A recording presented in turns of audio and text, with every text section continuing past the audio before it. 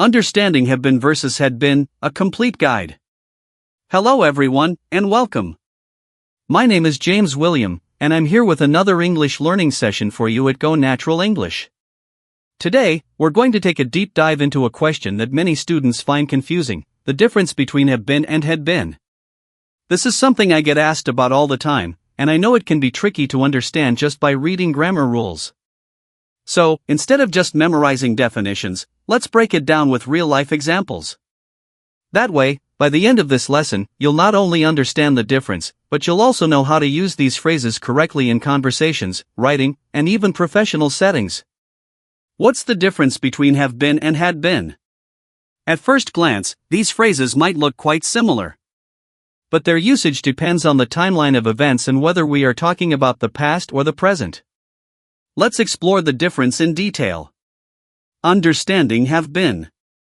We use have been, or has been for third-person singular subjects like he, she, or it, when we are talking about actions or states that started in the past and are still true in the present. This form is part of the present perfect tense. Here are some examples. I have been a teacher for 5 years.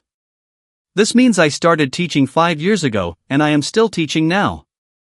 She has been studying English since 2020. She started studying English in 2020, and she continues to study now. They have been to New York 3 times. They visited New York at least 3 times, but it is still possible for them to visit again in the future. So, the key idea here is that the action or situation is still relevant or ongoing in the present. Understanding had been. On the other hand, had been is used for actions or situations that happened completely in the past and are no longer continuing. It is part of the past perfect tense and is used when we are talking about 2 different events that happened in the past, one before the other. Examples. Before becoming a teacher, I had been a student for many years. Being a student happened first, and then I became a teacher. She had been waiting for an hour before the bus finally arrived. She waited for an hour, then the bus came, and the waiting stopped. They had been friends since childhood, but they lost contact after moving to different countries. They were friends for a long time, but the friendship ended. So, when using had been, we are usually describing something that was true before another past event. Real-life example for clarity. Let's make this clearer with a story. Imagine you have a friend who just moved to the United States.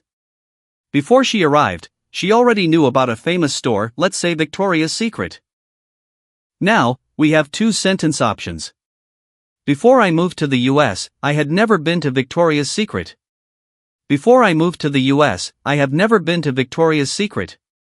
Which one is correct? The first sentence is correct because had never been refers to an experience before another past event, moving to the US. The second sentence is incorrect because have never been suggests an ongoing truth, which does not fit in this case. How can you apply this in daily conversations? Now that you understand the difference, let's look at how these phrases can be used naturally in conversations. In a job interview. I have been working as a sales manager for 3 years. Meaning you are still working in that role. Before joining this company, I had been working as a junior sales associate. Meaning you worked in that role before, but not anymore. Talking about travel. I have been to France twice. Meaning you visited France, and it's possible you might go again. Before my first trip, I had never been on an airplane. Meaning that before your first trip, you had no experience with flying. Common mistakes to avoid. Many learners confuse have been and had been when writing or speaking. Here are a few common mistakes.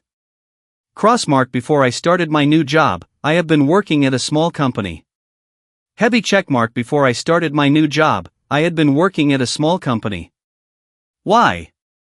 Because we're talking about something that happened before another event in the past, so we need had been.